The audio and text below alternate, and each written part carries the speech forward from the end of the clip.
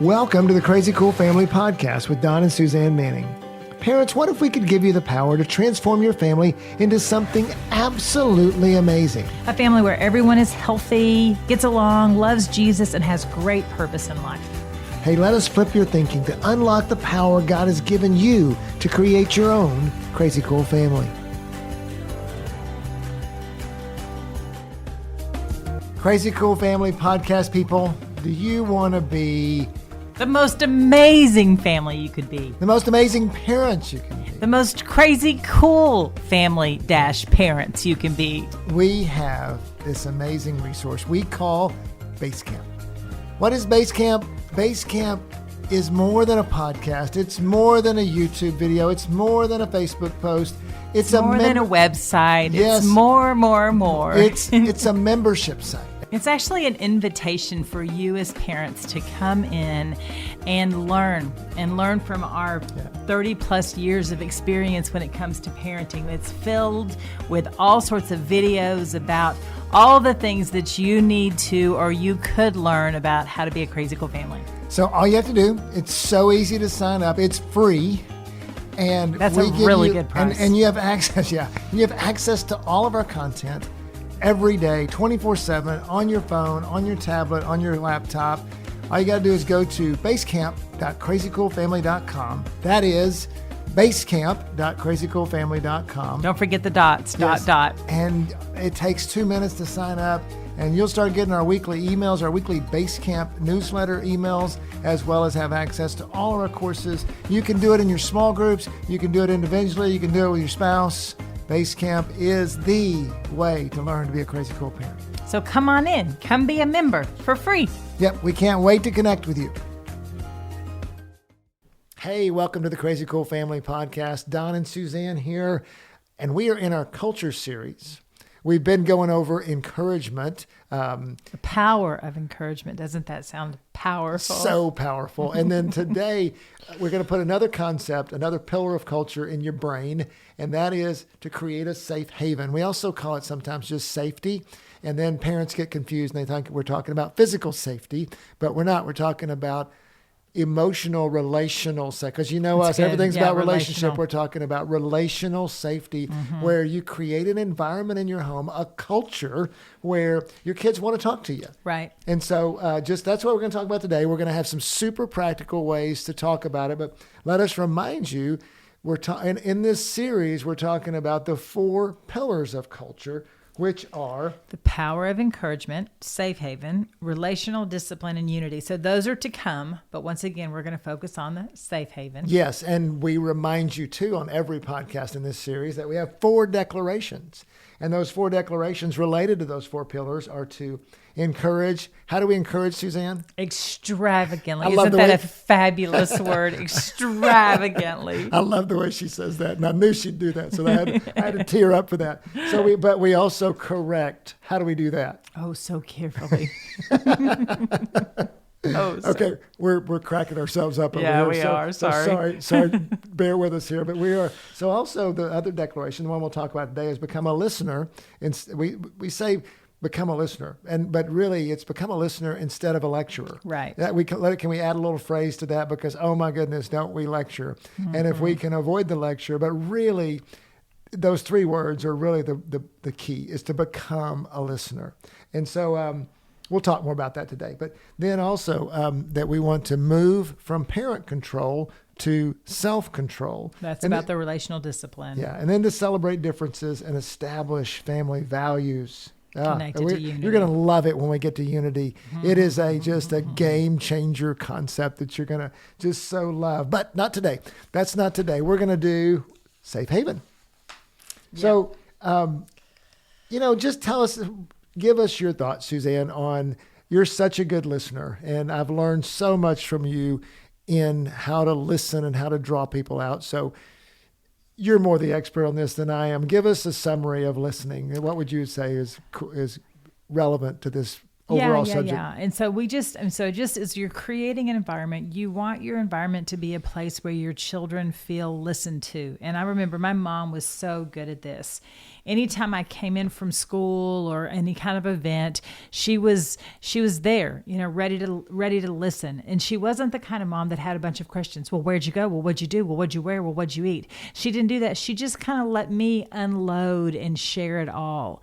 And so I wanted to mimic that with our family, with our kids. And so, when it comes to listening, it's the trick to listening, and it's so simple, is to talk less. I thought you were going to say is to listen.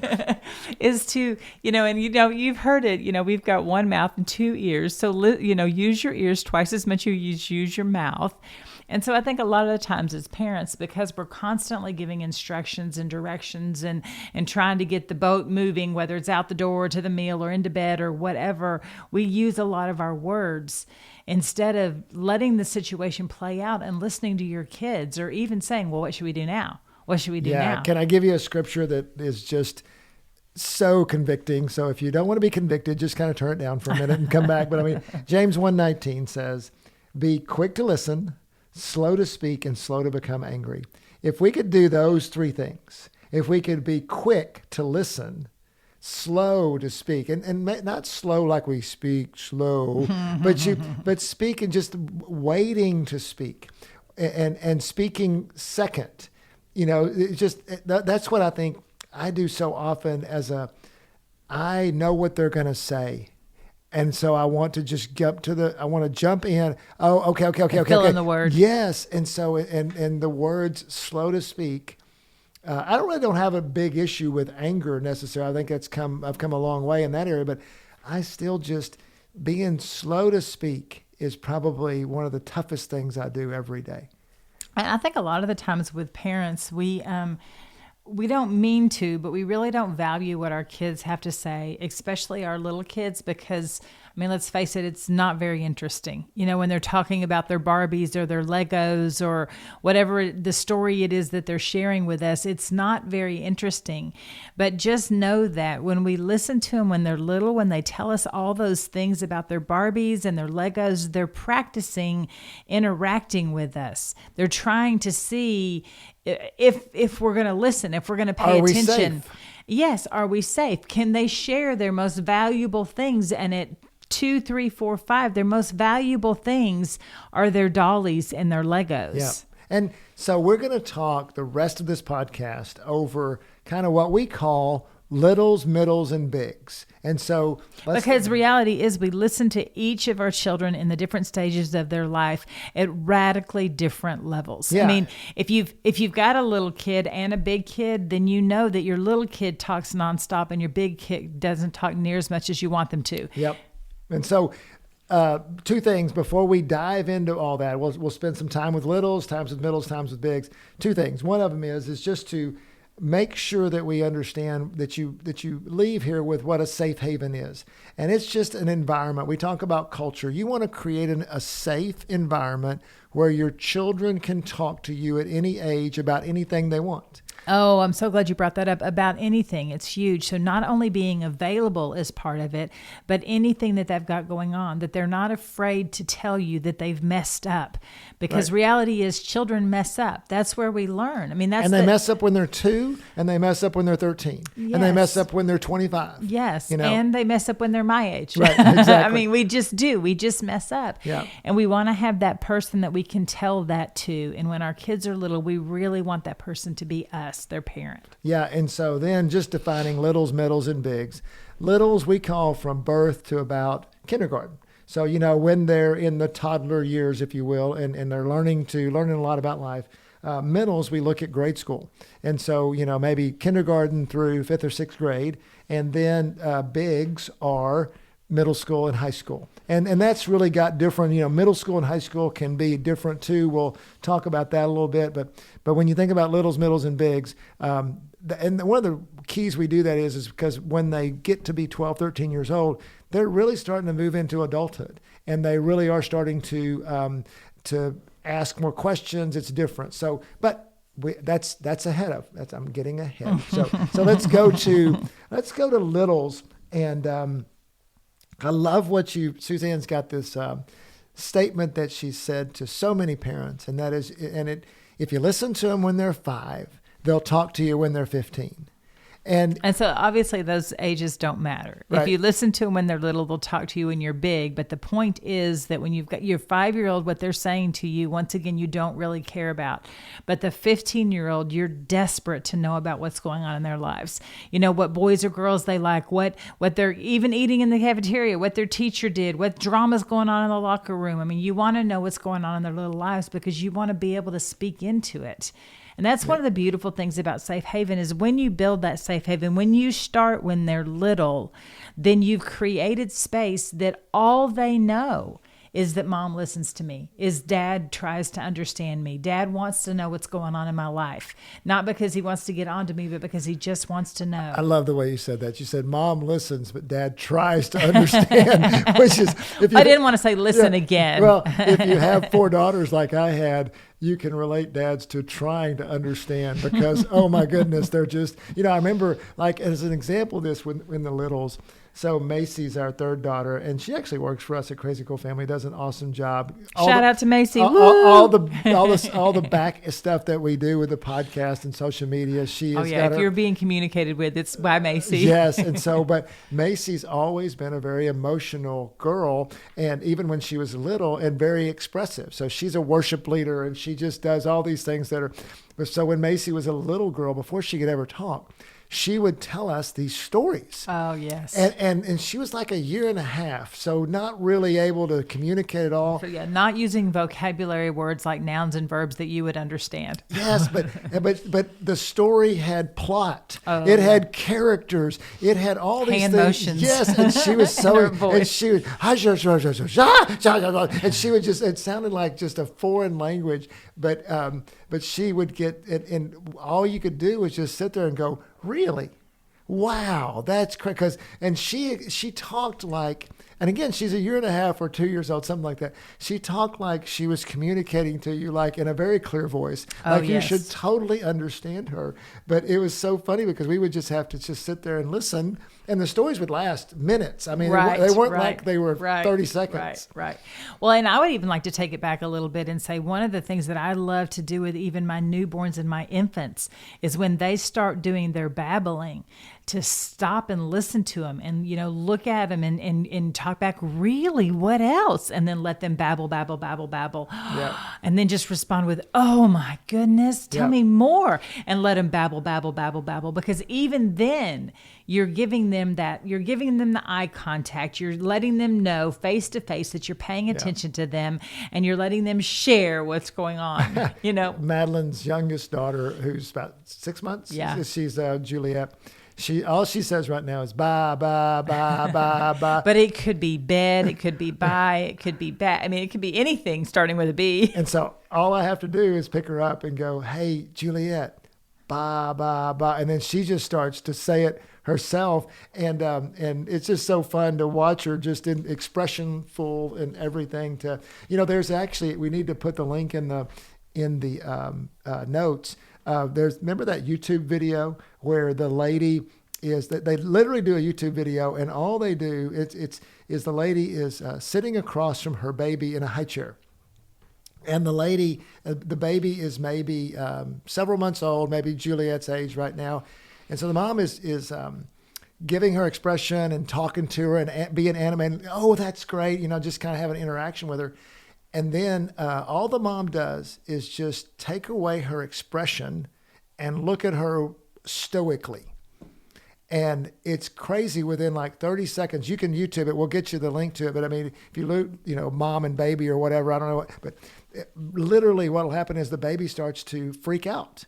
The baby starts to be agitated. The baby and the mom's not doing anything mean to her, just took away the expression. Mm-hmm. And it's so indicative of how our children want our response to them. Well, and it's just natural. I'm so glad that you brought that up because listening is not just with our ears. I mean, it's with our attention, but it's not with our half attention. It's with our full attention. And I see so many times today, it wasn't something I struggled with because the technology wasn't there. I didn't have a cell phone when I had little kids. And I feel for all the moms out there that have that constant distraction in their hand. And I see fathers come home, they've been away at work all day long, and they've got their cell phone in their hand and they're not giving their kids any attention. attention. And I would say when it comes to littles, attention and listening are the same. They go hand in hand. If you're paying attention to your child, if you've given them their full attention, then they feel like they're being listened to. If you're getting down on their level and you're looking at them eye to eye, they feel like they're being listened to. If you're interacting and you're playing with them and you're not distracted, they feel like they're being listened to. That's what listen to at a little kid looks like, is your full attention and interacting with them. Yeah, don't be distracted. Yeah, don't be distracted. Yeah. Exactly. Well, I mean, yeah. And the cool thing about it is that when you do that as a parent, that means you can also have the right to say, I can't listen to you right now. And so, I was talking to a lady today at a church we were visiting. Do you remember in Growing Kids God's Way, the Yes, interrupt yes, rule? yes. And so what would happen is the parents, they were taught in this class we taught many years ago, that when your child, instead of letting your child come up and say, mom, mom, mom, mom, mom, Right. mom, mom, mom, mom, that you would literally teach the child to come and put their hand on your leg, and you would then put your hand over their hand to say, okay, I've acknowledged you. So then you could finish your statement with the parent or whoever the person you're talking to, and then you could address them and give them your full attention. Well, what was funny was, when I was telling the lady today, is everybody in our church learned the interrupt rule. Right. So after church, you would see all these kids right up to their moms and touching their... Can I go play yes, with? Yeah, and so... but that's a way that, you just because parents, you don't have to have your kids dominate you. Oh, yeah. I was about to say, that's not part of Safe Haven, where you because you're listening to your child and because you're giving them attention, does not mean that they have full access to you, 24 hours a day, 7 days a week. That's not it at all. Create your boundaries, create your Right. systems, create something that says, mommy's busy right now, but I'll talk to you in a minute. Or I've got whatever you need to say. It's the situation that's happening to you. We give you permission to not have to stop what you're doing and empower the child not to have access to you right then. But what we want you to hear is that many parents do that without ever listening to their kids. Exactly. And so, but you earn the right almost to get like a lot of parents will tell us that it's, oh my goodness, as soon as I get on the phone, right, all my kids run to me. Okay, that's okay to say to your child, I'm not going to listen to you right now. I would love to listen to you when I get off the phone. I will give you my full attention. And when we start to promise we start to promise that to them and deliver on it, then it actually makes them more likely to not interrupt us. Right. And so you actually get the best of all worlds. Now, again, you can do it too much and your kid thinks they have your attention all the time. It's great to set those boundaries, but sometimes I don't think we realize that we earn the right by listening to them. So good. And one last thing before we wrap up littles is, have you ever had your child yell at you? And like, Mommy, can I have a snack? Mommy, can I have a snack? Mommy, can I have a snack? Mommy, can I have a snack? And so then the mom's like, why are you yelling at me? I watch it all the time. I watch it all the time with the grandbabies right now. But I remember as a young mom, I was in my head. I was thinking about something else. I wasn't thinking about them. I mean, I'm in the room with them. Isn't that enough? And not hearing them. And so being able to say to them, oh, I'm so sorry. Did you already ask me for a snack and I didn't hear you? I'm sorry. I was thinking about something else. Next time, can you come up and touch me? Can you say, Mommy, or even if you whispered, then I would notice, because sometimes I'm sorry, but we tune their little voices out, right? I mean, we don't, it sounds like wah, wah, wah, wah in the back of our mind. And so we just want to encourage you to intentionally choose to listen to them.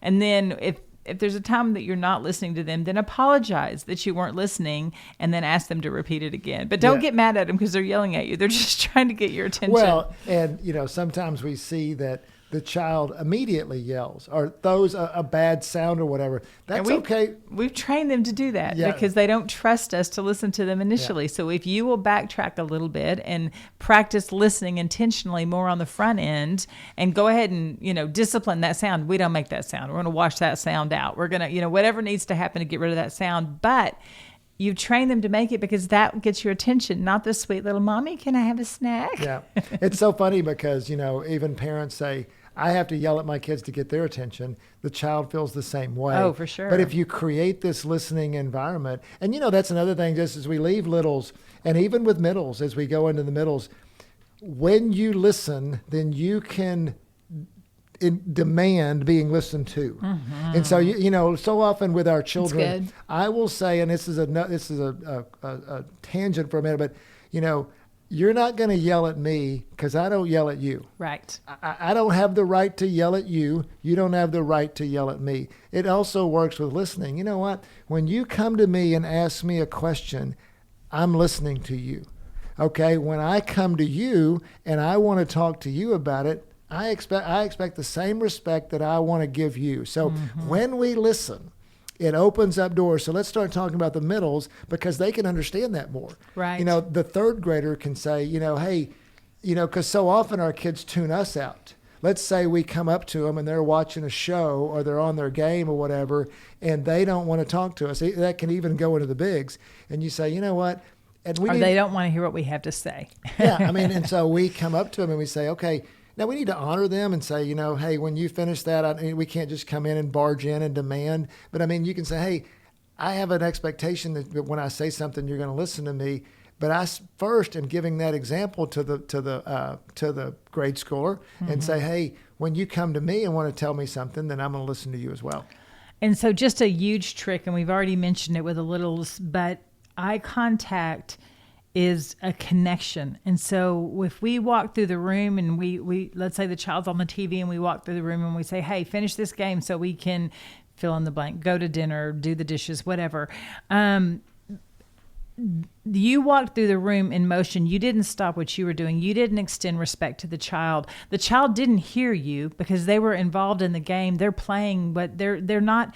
You're walking through the room talking. They have no idea you're talking to them. And so know and use that eye connection as a powerful tool.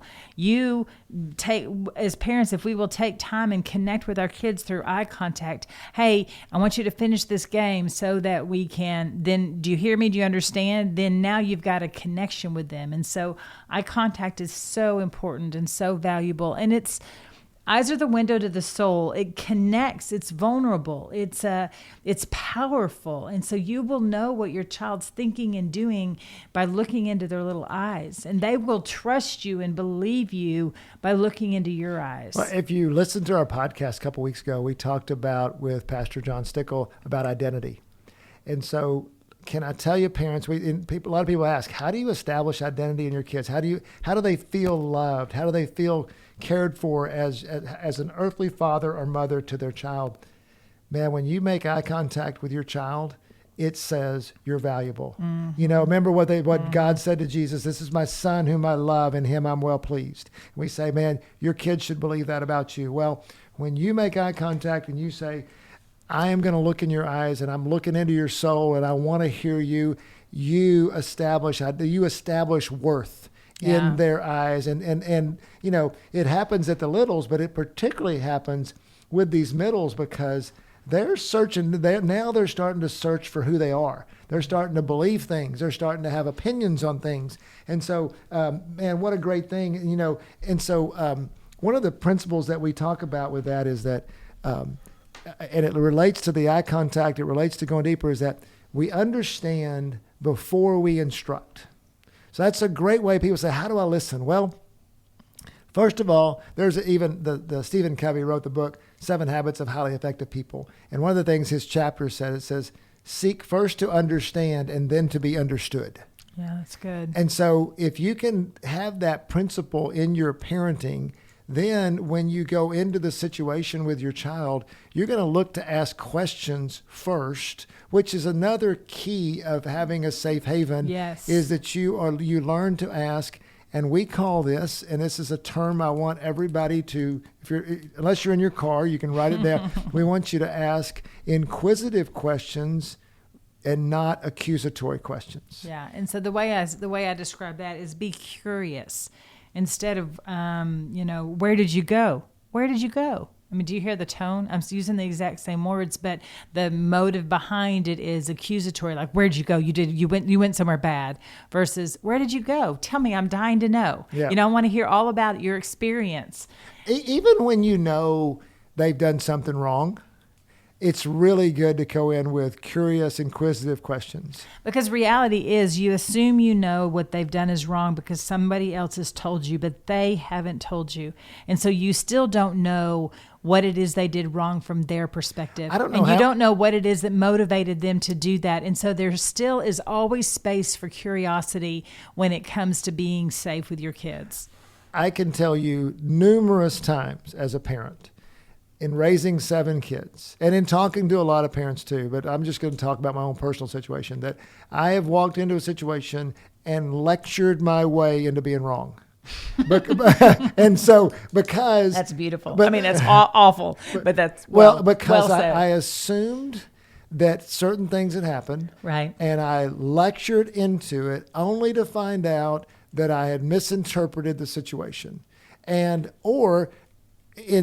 I got better at it, I would think I knew what was going on, but I would ask questions and sometimes find out I was right in my assumptions, many times, but oftentimes would find out, and sometimes it's like I found out the action was wrong, but the motive was good, that they had good intentions. And we talk about that with our with parenting. Many times we do things that are harmful in our parenting, but with good intentions. Right. We want to, we lecture our kids because we want them to know this, but it's actually the lecture is causing more harm than good or whatever. I think oftentimes we find that because you're not only searching for what the action is, you're searching for what the motive is. Right. And why did they do it? Because then you can help change the belief. You can help change the core behind it. And many times it may be twisted logic, but they have a logic that it was really, well, I thought if I did this, it would turn out okay. Well, you still pushed your brother down the stairs. That's not good. I mean, you got the toy, which is what you wanted, but. Well, or, I thought I was going to save him, but I wound up pushing him, or, whatever it is that there's.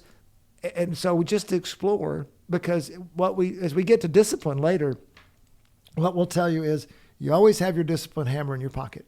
You can always pull it out and do it, but many times we pull it out too soon, and therefore we may be right or wrong, but we are heavy-handed in what we do, and we're not listening. Yeah. So the Proverbs 25: the purpose of a man's heart is like deep water, but a man of understanding will draw it out. That goes back to the understanding. That's what our goal is to draw our kids out, to understand. That's how you're safe, is using those curious, inquisitive questions to draw them out. That's what our goal is. What if we went, instead of going after their behavior and how they performed or how they acted, what if we went after how they're seeing things? What if we went after their belief understanding what they're believing and where they're coming from? Because that's what we want to rearrange. I don't care about the behavior one bit. I care about what they believe. Because if I can get to what they believe, then I can rearrange anything that comes out, which is their behavior. Well, and as we transition into bigs, this concept will continue to be very relevant. And that is, instead of telling them the right conclusion, we want to lead them in their heart to tell us the right conclusion. I mean, doesn't that work for you? I mean, I know it works for me. If I get to discover it myself, I have ownership, and therefore I want to do it. But like everybody tells me, walking's good, Suzanne. You need to walk. You need to walk. It's good for your health. It's good for you. And I can hear it all day long. But when I go out and do it and I feel good, then it's like, oh, walking's good. Yeah, exactly. So, as we move into bigs, that becomes so much more important because they are moving. There's a natural and healthy tendency towards independence. They are becoming more independent as people, and we hope they're becoming more interdependent with God.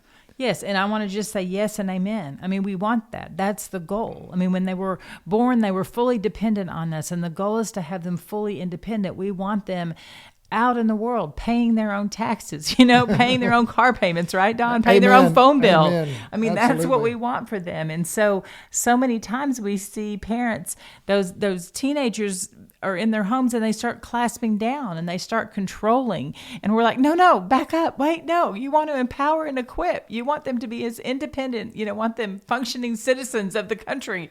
What if, parents of teenagers or upcoming teenagers, what if you just had fun with your teenagers throughout? What if it was a pleasant, we so dread the teenage years. We've had 7 and we've enjoyed every one of them.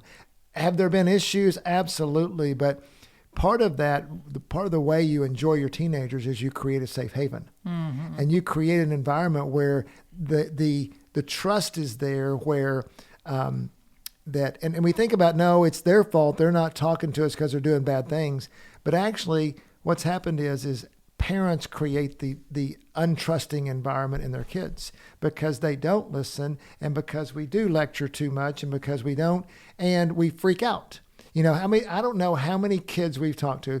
Kids come over to our house and they're like, wow, you guys talk about everything here. I would never, they tell us something and say, did you tell your parents that? Oh no, I would never tell my parents that, the teenager says. Why? Because they will freak out. That's the word they always use, or 2 words, that they will freak out. And they're like, what does that mean? Well, they'll take away my cell phone for a month, and all these consequences. They'll overreact. They're punished. Yes. Yeah. And so often that, in our culture, we would say, man, that's not a very good thing that you did there. What do you think should be the consequences of that? And often they would say, well, I should get this. We're like, wow, that's way too much. Hey, let's relax a little bit. I mean, if they, and because if you'll talk through them, and then because so often when they've done something wrong, they already know it. And if you can talk to them and about it. And that's the goal, is we want them to know it. We don't want to be the ones that are going to constantly tell them, you're doing something wrong, you're doing something wrong, you're doing something wrong. We need them to know this was wrong and I should not do it. Not this is wrong and I'm going to get caught and I'm going to get in trouble. But no, this is wrong, so therefore I'm not going to do it. That's what we're going after, is that behavior on the front end. And so as parents, we have to believe that our kids are not going to make mistakes, while loving them and believing that they will make mistakes. Wait a minute, you need to explain that. I know. And so it's super tricky, but it's like, okay, just channel your inner teenager. Did you mess up? Did you make mistakes? Did you do stupid things? Yeah, you did. You want to know why we did? Because our brains aren't fully functioned. I mean, it's almost like we're 2-year-olds all over again. We need the sleep of a 2-year-old. We need the food and the snacks of a 2-year-old. We overreact. We dramatize. We throw fits like 2-year-olds when we're teenagers, because our brain is developing at the same rate. As many synapses are being connected at the same rate as when they were 2. And so knowing that's what's happening, then you can expect your child to make mistakes. But what happens is, so many times as parents, we assume our child is out there messing up. We assign them negative motive. We say, no, you can't go there because you're going to make bad choices. And so knowing that they're going to make mistakes, allowing them to make mistakes, believing that they're not going to make mistakes, but then seeing that when they do make mistakes, you're there for them. That's what being safe is all about. So, did I explain it enough? I think so. Let me ask you a question with this. So let me ask you a question that's a corollary to what you just were saying. Why do you think, I think every parent would say, I shouldn't freak out. I should listen more. I want my kid. We never hear parents say, oh, I don't care if my kid trusts me or not. Now, we do hear some parents say to this topic, well, I don't need to be friends with my kid. I need to be their parent. And it's almost like that gives you permission to be an ogre, and it's like, jerk. No, but here's what I tell those parents. I say, when Jesus talked to his disciples, which we all think were pretty young guys, he said, I don't call you servants anymore. I call you friends. And that it never diminished Jesus's authority with these teenagers, but he was still their authority. But he treated them, he discipled them, he challenged them, he did all those things, but he also communicated with them. Yeah. And so I think that's what we mean when we say friends. But so here's my question to you, Suzanne, is why do you think, I think most parents would say, I want my kids to trust me. I want my kids to talk to me. I want to help them. And I want to believe in them. Yet most parents are not very good listeners. And most parents freak out a lot. And so why do you think that happens? Why do you think parents we want to do this, but we do this, the other? Yeah, I think the main culprit is fear. We're afraid. We're afraid our kid's going to mess up. We're afraid our kid's going to make us look bad. We're afraid our kid's going to fail and hurt them or mess themselves up. And so I think that in most parenting, I think the culprit to connection, the thing that stops us from connecting with our kid is fear. And you want to know what's cool is the scriptures say perfect love casts out fear. And so if we will step in and perfectly love our children in their mess, in whatever it is that they failed at and whatever mistake it is, and we don't give any space for fear whatsoever, then we'll actually not only connect with them, but we'll get to that belief system we're talking about. We'll create a safe place. We'll build that trust. We'll do all the things that we want to do through love, out of love. So, and I'm not saying don't have consequences when they mess up. You've got to do that. And yes, there is always a place for discipline and boundaries must be in place. So I'm not saying do that, but I'm not saying alienate your child with those things either. Connect with them and then use those things. Yeah. So, which leads us back to James 1, which says, be quick to listen, slow to speak, slow to become angry. So part of loving your child part of being a listening, safe haven parent is your kids, if you're safe, they're going to come to you with things that you want to freak out about. Yes. And yay for you when they do. And just don't freak out about it. And just once again, channel your inner teenager and the stupid things that you did. And how did you want to be responded to? How did you want your parents to receive you and help you out of the mess that you just made? Don tells a story of when he wrecked his Camaro and you were just sick about it, right? And how did your dad respond? Well, so I was, not only was it was my Camaro, it was a car that I really loved.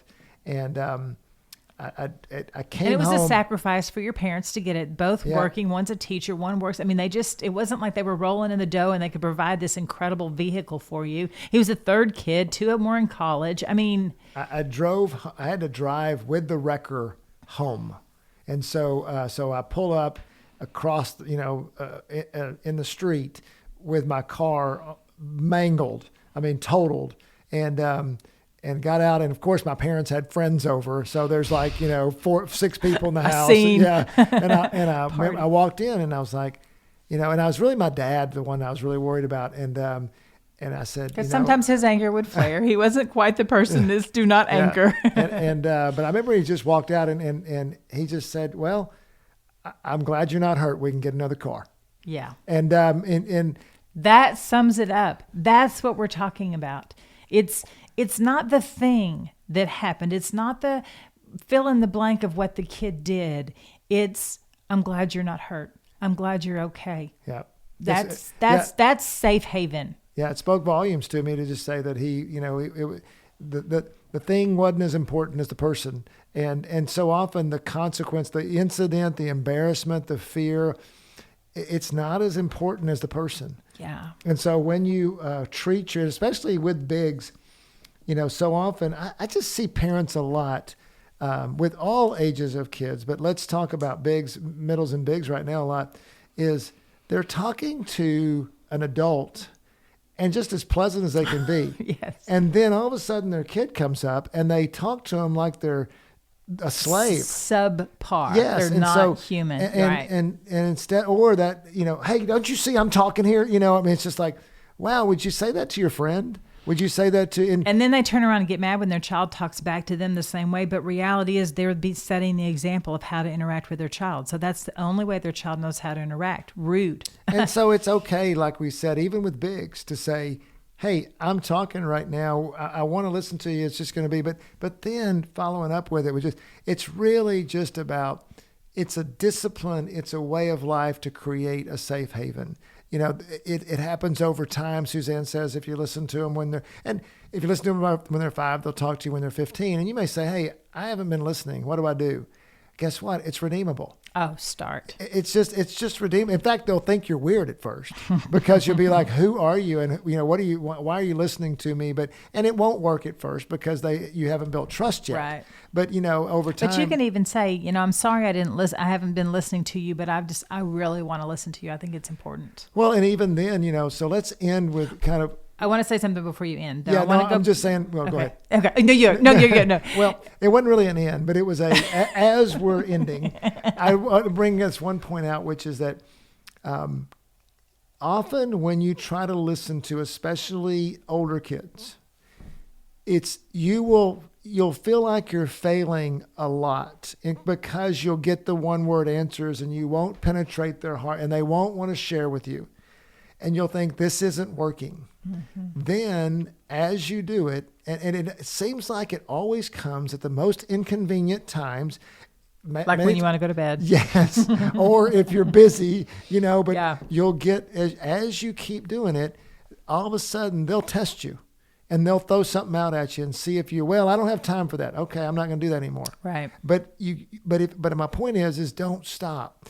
They're still teenagers. They're still grade schoolers or whatever. They have their own preoccupations and sometimes they have their own issues. Oftentimes when Suzanne and I are talking, she might be upset about something. I think it's at me, but it's actually something else and they have the same issues like that. But so just keep at it because you never know when you're going to get the opportunity and then you jump on it. Yeah, one thing I want to say, but this is not the other thing I want to say. Exactly. I now have two things. But when if you haven't built trust and you're starting back at square zero, then I encourage you to find something neutral, a neutral ground to talk about, a sporting event, something that's not personal, something that's not about them, because they're not going to be ready to go vulnerable with you because the trust hasn't built up yet. Maybe they don't feel safe. But if you can do a give and take on a neutral subject, then they can see, oh, wait a minute. Dad's teachable or mom's listening and then you can go into the more personal. Yeah. One of the things that's, and then you'll get to your other things. Okay. But one of the things is one of the things Suzanne does a great job of is the kids will come to her and she'll say, well, what is this new app on your phone? And then she'll get them she doesn't say, oh, you can't have that or this is a bad app or whatever. She's just like, hey, what's going on with this app? What is TikTok or whatever it is? And oh, Mom, it's this, and they'll kind of talk down to her a little bit. And she just takes it and like, well, what do you do with that? Well, and so, now it looks like you might be able to do that with that. Oh yeah, they can, Mom. Those kids at school, they do that. And this happens.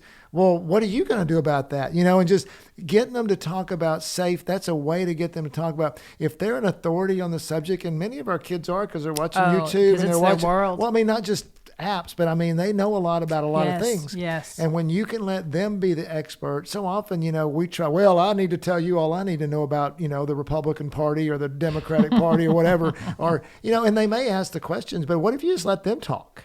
What do you know? Yeah, about what they know and that's a way to build trust in them. All right, what's your other thing? Okay, so this is what I was going to say way back when you were talking about friends and how parents don't want to be friends with their kids or they want to be, and then there's a tough line because you're not supposed to be friends with your kids, and we could do a whole podcast just on that. This is the thought that I had. Okay, so what if we go ahead and said, you're right, don't be friends with your kid, be parents, but start building a friendship with your kids. That's what we want, because ideally the goal is when they are adults and they're bringing their babies over, your grandbabies to your house, you do want to be friends with them. But you don't start friends from 0 and get to 100 quickly. Friendship is built along the way. And so I would say that you could have a friendship with your 2-year-old by being nice and kind and polite. And enjoying them. And enjoying them. You could have a friendship with your middle-aged child when they get in the car and you ask them about their day and you comment and you laugh together.